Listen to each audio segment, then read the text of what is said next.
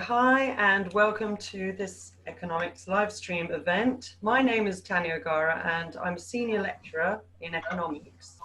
And I'm also the program leader for the BSc in economics. I'll also introduce Yanis Bournakis, who you can't see right now. He's a senior lecturer in economics and he'll be talking to you a little later about what to expect from your degree. Okay, so the purpose of this webinar is to reassure you about why it's important to study economics and to provide you some information about what to expect from your economics degrees here at Middlesex from September onwards. Next slide. So this is where we would be. Presumably we might have been here, or these would have been the open event day locations. This is the quad at Middlesex. It's very nice space, very light, and you can sit there all year. So we'll start by pretending we're all here in the quad. Next slide. So the first question that I think we should answer is why study economics? Next slide. So many decisions we make in our everyday life are driven by economic principles. In this slide, you can see a queue of people waiting outside Harrods during the sales season. Why are they queuing?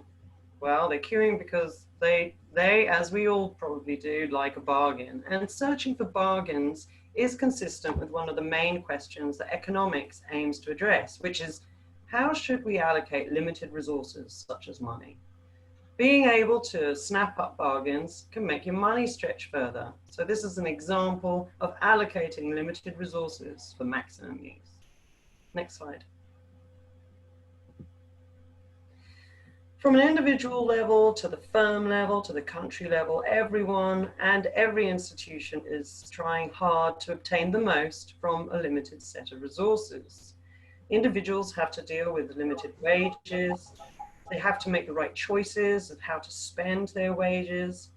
Firms and countries also have limited resources that they have to invest carefully to avoid going out of business. And the same as countries. Countries have limited resources that they must allocate wisely and efficiently. Money, though, is not the only resource that is limited and that economics studies. Next slide. There's also limited time. We often have to make a choice between different uses of our time, such as playing video games and networking and chatting with our friends online, versus doing our work or our homework. So deciding how we plan to spend our time involves striking a balance and making trade-offs. In other words, allocating limited resources. Next slide.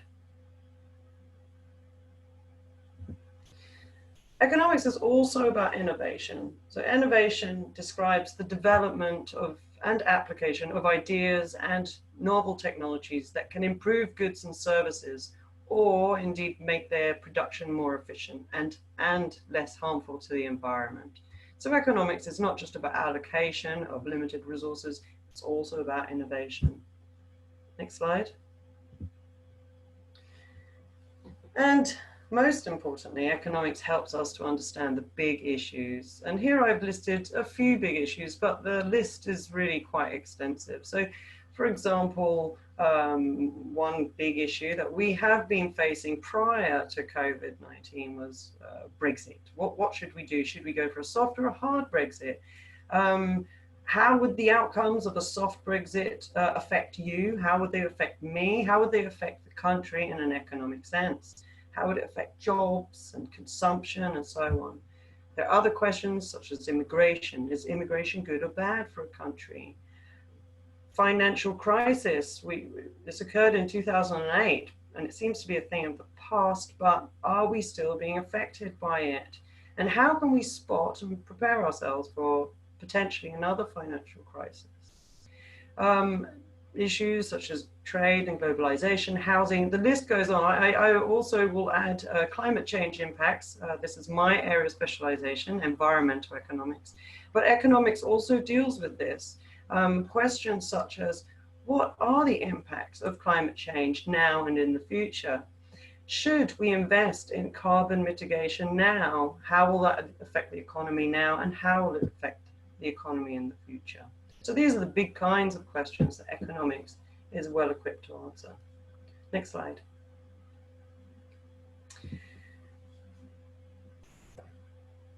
So we've heard about what economics means in general, but probably what you're interested in is, what does economics mean for you? What does it mean for your future? Well, economic graduates are the highest paid group of graduates in the UK, according to a study conducted by the Department of Education.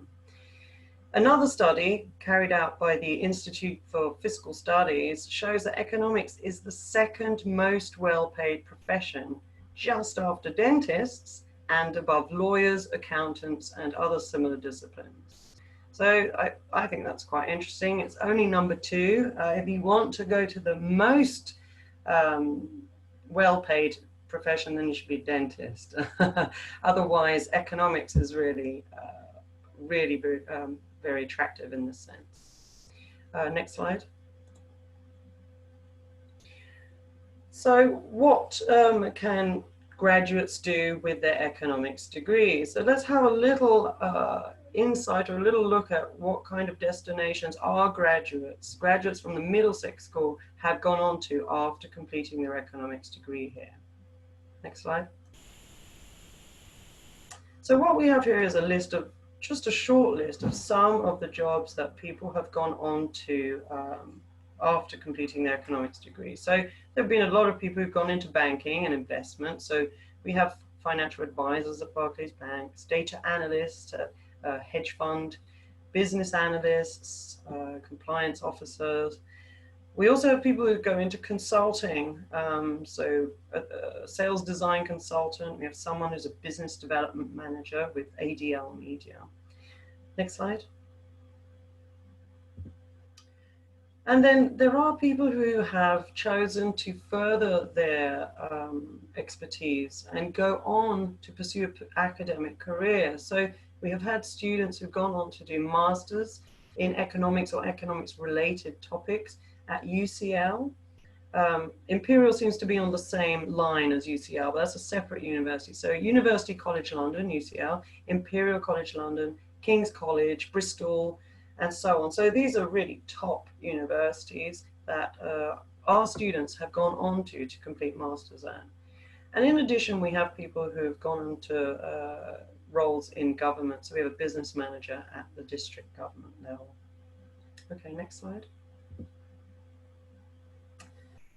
So why economics at Middlesex? Well, the reason Middlesex is particularly attractive is, firstly, our department contains a group of very highly qualified economists who've studied and worked in top universities, such as University College London, the World Bank, and institutes such as the National Institute of Economics and Social Research. We are a group of top scholars with global recognition.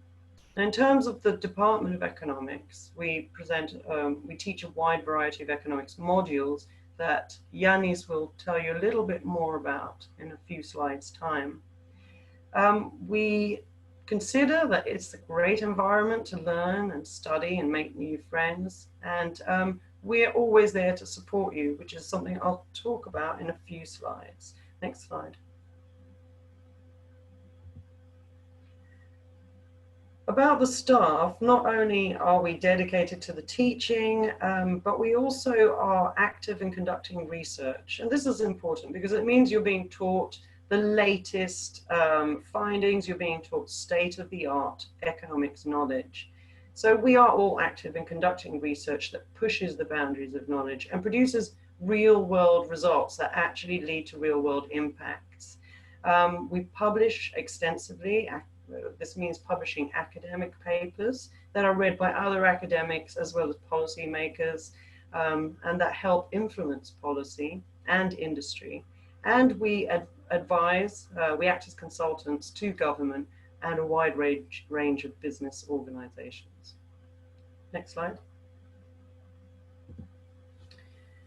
And thanks to our effort and to the success of our hardworking students, Middlesex University has seen its reputation rise over the years. So economics was ranked 13th in the country in the 2020 University League tables.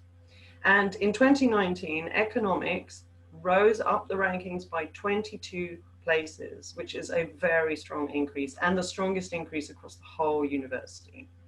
We're also, according to the 2014 National Student Survey, we were ranked first in London for learning resources.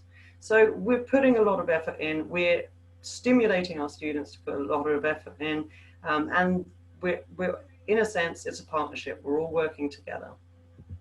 Next slide. We have a wide range of mechanisms in place to support you in your learning, because learning isn't just sitting in a classroom absorbing information. We're very proactive in adopting new teaching methods that help people from all abilities and backgrounds learn. We have a very strong support network in place. So we have mentors, graduate academic assistants. So these are people who did the degree beforehand and have come back to provide support. This is an employment, it's a job. We have student learning assistants. So these are typically third-year students who did very well in different modules, and they've offered themselves as assistants to help first and second-year students. And we have many feedback sessions to help you tackle difficulties and so on. We are one of the few universities that use experimental methods in the analysis of economic behavior, and this is one of our strengths. So if you're interested in behavioral or experimental economics, this is definitely the place to come to.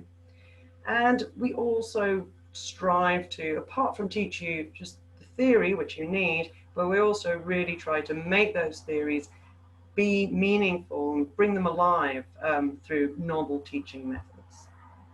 Next slide. So a few comments about internships and work placement. So generally, hopefully this will continue to be exactly as I'm about to explain, and COVID-19 will not affect this. But at the end of year 2, you can decide to take a break from your studies and have a work experience. And you are given all the support in seeking this opportunity. You can also choose to go on 2 separate summer placements, so one after year 1 and one after year 2, without interrupting your studies. And you can also choose to do an internship. This is 18 weeks of work experience during the 3 years, and again, does not involve you interrupting your studies. You can also, in year 2, you can apply to study at a foreign university, also doing economics within the Erasmus project. And these placements, these internships are very valuable. They place you within, especially the internships and the placements, they place you within organizations that you might be interested in working in after your degree. So highly recommended. And they also show a certain level of proactiveness. Okay, next slide. Okay, I'm going to pass the microphone on to Yanis, who teaches he's a senior lecturer. I introduced him earlier, but I'm sure he can introduce himself better. And he'll talk a little bit more about what our economics programs offer. Thank you. Thank you very much, Tanya. Can you? Thank you very much. I hope you can all hear me. And I'm just going to explain a few, the key points about what our degrees are offering, and I'm pretty much sure that many of you already have an idea about what we offer in our economics programs. Next slide, please. So as you already know, we have already programs within economics with many pathways. So we offer a great variety of degrees and a great variety of options for all of you to choose based on your preferences and your strengths.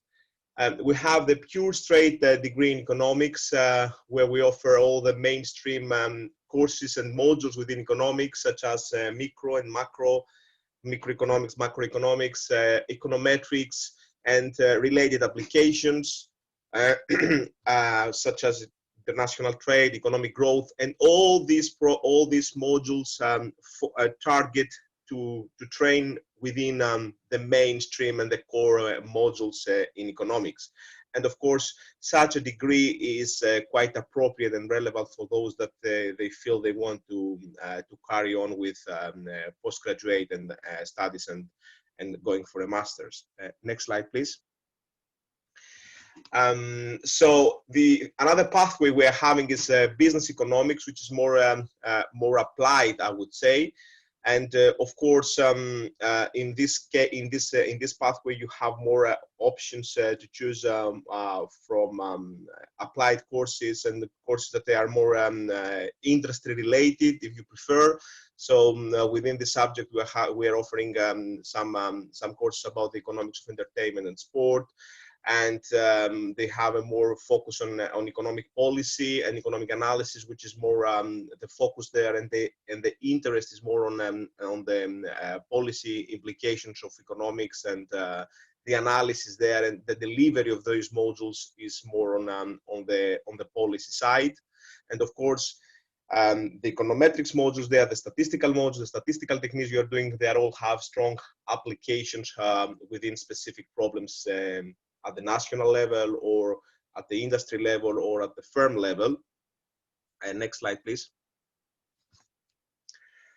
Another pathway we are having is financial economics, and as you can see from the title, this pathway is more relevant for those that are having a strong interest in work in the financial sector. And of course, the modules offered within this pathway is more finance related, such as international finance, investment analysis, financial economics. And of course, when you start studying, of course, you might not have made your mind exactly what you want to do. So as we're going along in your studies during the year, you will always have the option and the opportunity to talk with one of us and get further advice and further information about the options you are having within each of those pathways. Next slide, please. So within our department, of course, as Tanya has already stressed, we are a dynamic department. All the members of staff are quite new in age, and we are a vibrant department. We have a strong research culture, and of course, we are trying to give and to offer this spirit also to our students. A key element we are having is that every week we are having these research seminars where we invite speakers from different universities and from other universities within the country and outside the country, where they're coming in Middlesex to present their research work. And of course, all our students are very welcome to attend these meetings and get a spirit and the flavor what is economics about in terms of research and in a more advanced level. Another key element which is quite attractive, I believe, is that we are using experimental methods to teach our students. And of course, these methods are now widely used in the private and the public sector. So you will get an idea how we can test ideas and concepts using experimental approaches. We also use our work experience in the public and academic international organizations in order to flourish and enrich our modules and our teaching in the class. Many members of the faculty have already extensive and substantial experience in working in international organizations, in central banks, and so on. So we are bringing this kind of experience within the class, and we try to to transfer it somehow, to transfer our experience and our learning to students. Next slide, please. And of course, we care about our students' experience, and of course we we are up to the front to mitigate the current challenges related to the pandemic and the COVID-19. And one, I would say, competitive advantage that we are having in Middlesex is that we have already substantial experience in delivering online teaching. So at the moment, the university is up to the things and trying to design and to get ready about all these challenges we are having with the pandemic. We have already taken steps to take care of e-learning. And of course, we are very well equipped and very well facilitated to deliver this. The university has all the facilities and all the resources needed in order to deliver online teaching if needed, such as Zoom that we are using at the moment, Kaltura, and Microsoft Teams, and all the other programs and platforms that they are appropriate for online teaching. Of course, we are also having devices that they can be used, such as tablets, that they can be used for online teaching, and especially for modules that they are more quantitative oriented.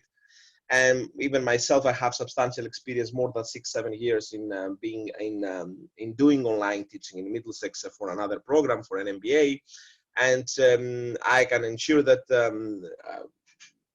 online teaching and learning and the online experience in Middlesex is at the very top level, not only at the national but even at the international level.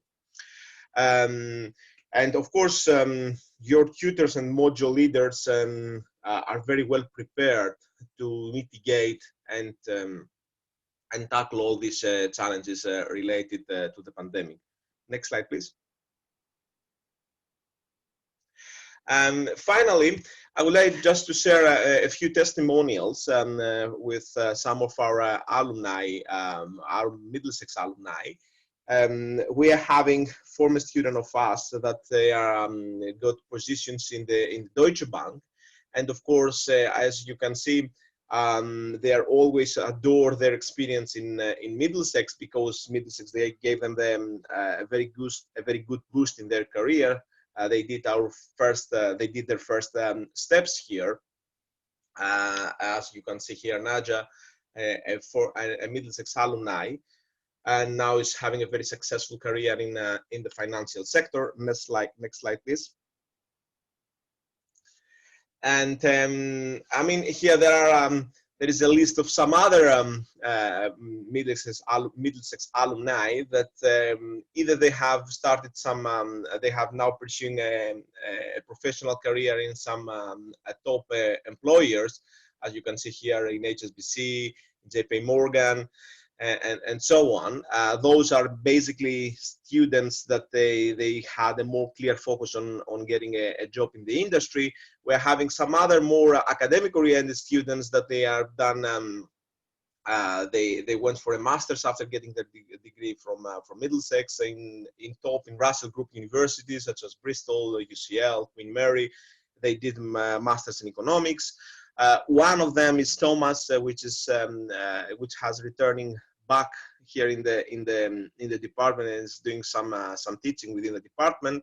And of course, you'll get the chance to meet him and have a word with him if you join us from September. And as you can see, getting a degree from Middlesex, you are having all the doors open afterwards. So just next slide, please. Final one. Here we're just trying to highlight all the key points, as you can see in this slide. All the key elements that we are offering in Middlesex, all about, from library resources, the language support you can get, the inspirational lecturers, the diversity, the network, the alumni experience you will be having, and of course, the innovation we are using to deliver teaching, and of course, all these contribute to the main objective we are having is to increase your student and learning satisfaction with Middlesex. And this is it. Thank you very much. And of course, we are ready to take any question you might have. Wonderful. Thank you both for that amazing presentation. As Yanis just mentioned, we have moved on to the Q&A part. So if any of our attendees have any questions for our two academics, feel free to use the question and answer or the chat. If you'd prefer to ask your question out loud, just raise your hand and I can turn your mic on. We also have someone from admissions here if you guys have any technical questions on that aspect. I think I'm just going to upgrade Jigna to panelist so she can turn on her mic if she'd like. But yeah, if you guys have any questions, feel free to pop them in to the chat. For now, I guess to start, oh, we already have a question, never mind. Our first question is that they've applied for a foundation year and one of the conditions was to have SATs, but there are no SATs until November at least. So I'm guessing, I don't know, Jigna, if you have an answer for them there. Hi, Catherine, can you hear me? Yes, we can hear you. Hi, could you repeat the question again, please? They've applied for a foundation year and one of the conditions was to have the SATs, but there are no SATs until November at least. Right, okay. We are definitely looking into and making sure that we take something which is equivalent to the SATs. So if there's anything available that they can take, which is equivalent to that, then we are accepting that. Great, yeah, and I think just generally to answer questions about testing that might be delayed because of COVID, we're doing our best here at Middlesex to make sure that your offers stand and whatever equivalent qualifications that we need, we'll make sure to have them before any decision deadlines. So we know that there's a lot of turmoil right now, but we're working our best to come up with alternatives. So just keep an eye on your emails and up to date on the government news, and we'll make sure to get back to you as soon as possible. Yeah, exactly. We're very flexible as well when it comes to looking at the applications and shortlisting them. So that's another point as well. Thank you. Great, thank you for that question. Yeah, guys, keep putting them into the Q&A, that's great. I guess while we wait for some more, Yanis and Tanya, do you want to talk a bit more about the modules that you teach and why you love teaching at Middlesex? Okay, I can start. So I'm the module leader for first year statistics and inference. So yes, this is quite a technical course for students with a background in maths and probability. It's fine. It's very much just building a slightly deeper foundation on what they would have covered at A level. For students without a strong maths background, it is a little more challenging, but it has been designed to allow these students to catch up. And indeed, over the last 2 years, some of my top students have been students without A levels in maths. The key was that they did attend and they were very proactive in seeking assistance, but they performed really well. So statistics, it's just a basic underlying introduction to statistics, which you will need for second and third year courses. Can you hear me? Yeah. Okay, good. So yes, I'm teaching intermediate macroeconomics in the second year and advanced macroeconomics in the third year. So those of you you will join us. You will have me not this year because I'm not having any teaching in year one, but in year 2 and year 3. So you will have me the year after next. The first module, the year 2 macro I'm doing is intermediate macro. And of course, we are building upon your elementary macro you have already taken in year 1. The level of the technical level, or the level of technical difficulty in year 2 macro is basically just we blend some basic quantitative techniques and some basic quantitative level with graphical analysis about macroeconomic concepts. I do believe that from my experience over the last 12 years teaching this module here in Middlesex, I do believe that students find it quite interesting because they get the main intuition about about macroeconomics, which is one of the 2 main branches of the subject. In some cases, it can be a little bit challenging, especially if you haven't I mean, if you haven't taken much economics in your A levels or so on. But I believe throughout the year we are offering all the, the support you need in order to overcome those difficulties. So it's a very interesting module. Regarding the year 3 module, which is advanced macroeconomics, which is in the final year, there it's a little bit more selective. The module there is designed in a more selective way. We have specific topics that we cover there, and of course we go more into detail, into a greater depth. We don't do any new, let's say, theories or any new, let's say, models in economics, but we are retreating the same models in a more technical way, in a more mathematical way. Nothing heavy again, but it's quite interesting, especially for those that they want to go for a master's. They like economics quite a lot. They want to go for a master's in economics. So this advanced macroeconomics they're having in year 3. It's giving them a very good idea about about advanced macroeconomics. Great, thank you. We have another question from an attendee. Maria asks, would we be able to do a year abroad, and if so, when? I can answer that. So yes, there's 2 ways depending on what you are interested in. One thing you can do if you want to continue studying economics, but you would like to do this at a foreign university, in year 2, you can continue your studies at a foreign university within the Erasmus project. So this doesn't involve an interruption of your studies, and it does provide you with that year abroad. We have links to lots of universities as part of Erasmus. So this would be up to you to approach well, we have somebody here in the department, Jyoti, who will guide you there, and you can decide where you want to go and so forth.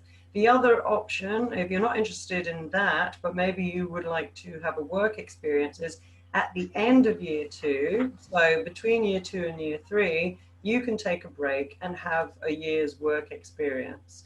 And in this case, it obviously does involve interrupting your studies, but it's a very valuable experience, and our employability office will support you in finding that job and placing you there. So yes, there's 2 strong opportunities for going abroad. The Erasmus project is specifically about going abroad. The year 2 work-related break, it's not specifically about doing placements abroad, so that might not be exactly what you're thinking about.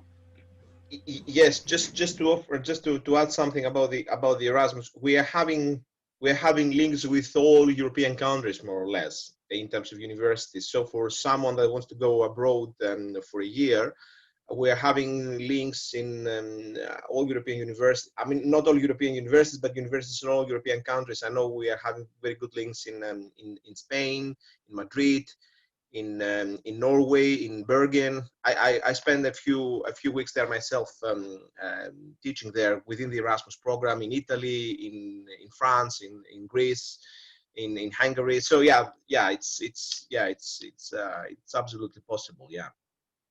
And you carry on as normal. I mean, because you can match the modules you take there with your degree, and then, yeah. Perfect. We have another question asking, during work experience, would the tuition fees increase? Which I assume no, but I don't know if you guys have more information on that. No, no effect. Yeah. Generally for undergraduate, your tuition fees are going to be standard for all your 3 years. So work experience would be a module within. The only difference with the working experience is that instead of getting your degree within 3 years, you take your degree in 4 years. That's the only difference you have. Yeah. Perfect. Okay, great. And if you guys have any more admissions questions, Jigna is answering them by typing, so just keep those coming as well. As we wait for more questions, could you guys talk a bit more about some of the support that students will get in terms of working with tutors or maybe individual chats with some of their module leaders? Tanya, do you want me to say something Yeah, on that? go ahead, go ahead. Yeah. So, I mean, first of all, um, uh, there is the very first kind of conduct that students should have is to use to the maximum the conduct hours they're having in each module. The first kind of conduct they should have is just to visit their module leader, the lecturer, the professor, during the office hours. Each of us, for each modules, we are offering 2 hours every week as a conduct hour. So the student is very welcome to come and see us without any appointment or anything. It's like an open door meeting, so you come in and you ask any question you are having related to your progress, and any specific question you are having about the modules and so on. The other kind of learning support is there is a TA, a teaching assistant, a graduate teaching assistant, where the students can always seek advice from them, and sit together in their office, in the office of the GTA, just going through some exercises, you know, some problems, specific problems they are having. And the university also is offering. So I strongly advise students to use these facilities, because I mean, sometimes they feel that they are falling behind or they don't understand something. They shouldn't let them down this. I mean, they're having everything they need in order to catch up and understand what they are supposed to understand. So the other sort of facility about student support we're having is at the more universal level, which is the mentorship scheme we're having at the university. And each student is assigned to a mentor, and the mentor is supposed to provide more generic advice about their studies and their academic progress within the university over the 3 years period. So they are supposed to meet the mentor quite often, and just share their experience, share any problem they are having during their studies, and the mentor is getting back to them with some advice and with some support and so on.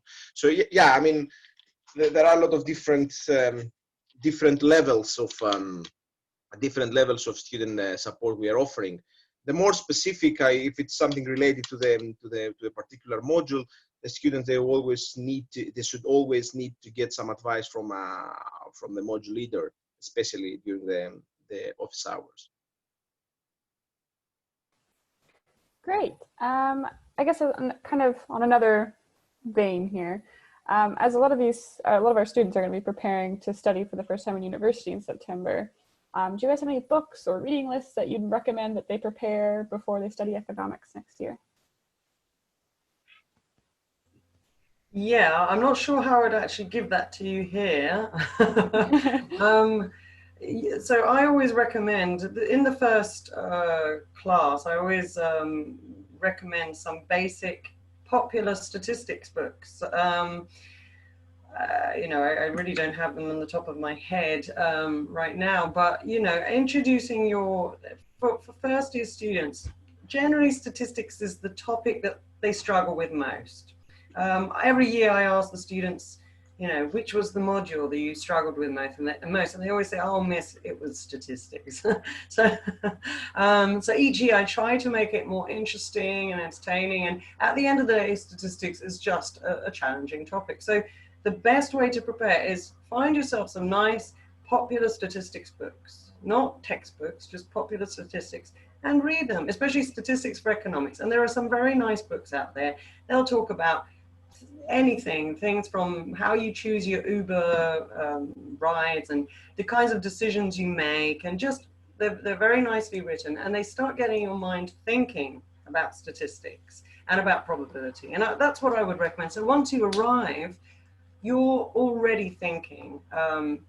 You've already you're already thinking in the correct manner to be able to absorb the information as best as possible.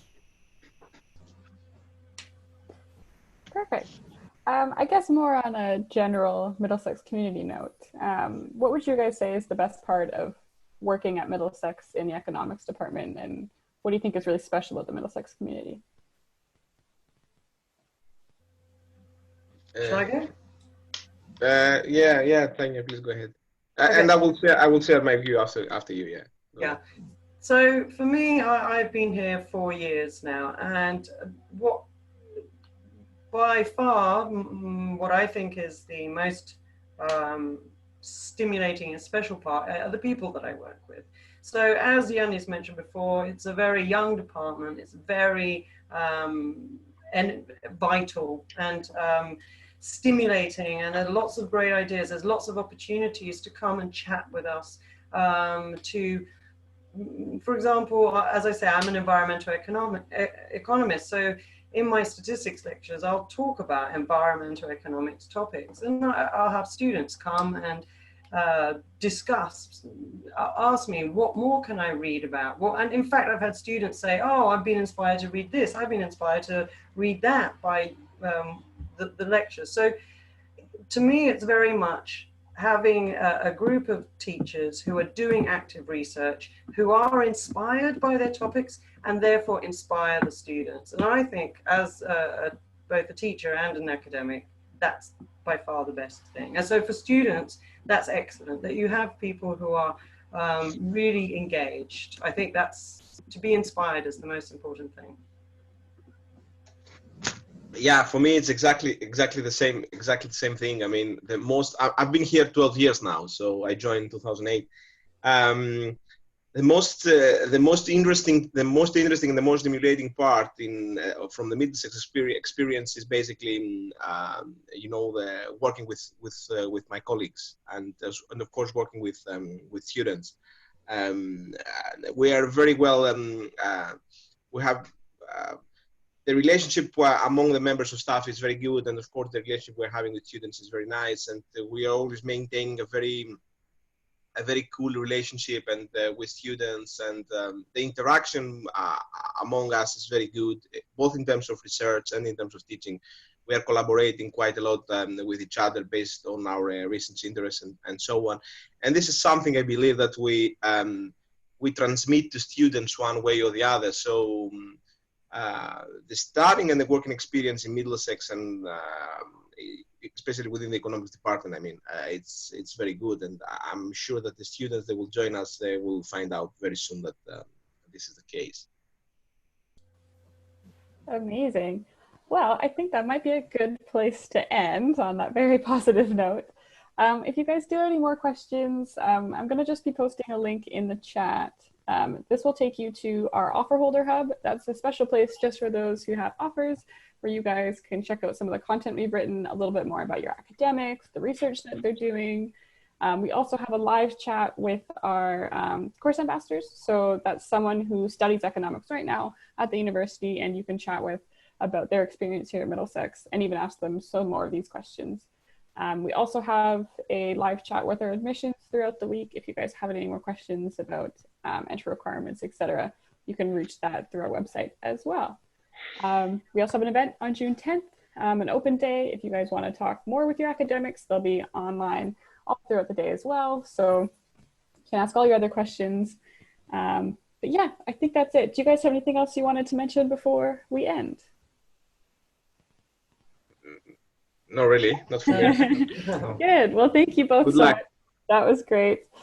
We hope to see all of you in September, but please do get in touch if you have any other questions that we could possibly answer.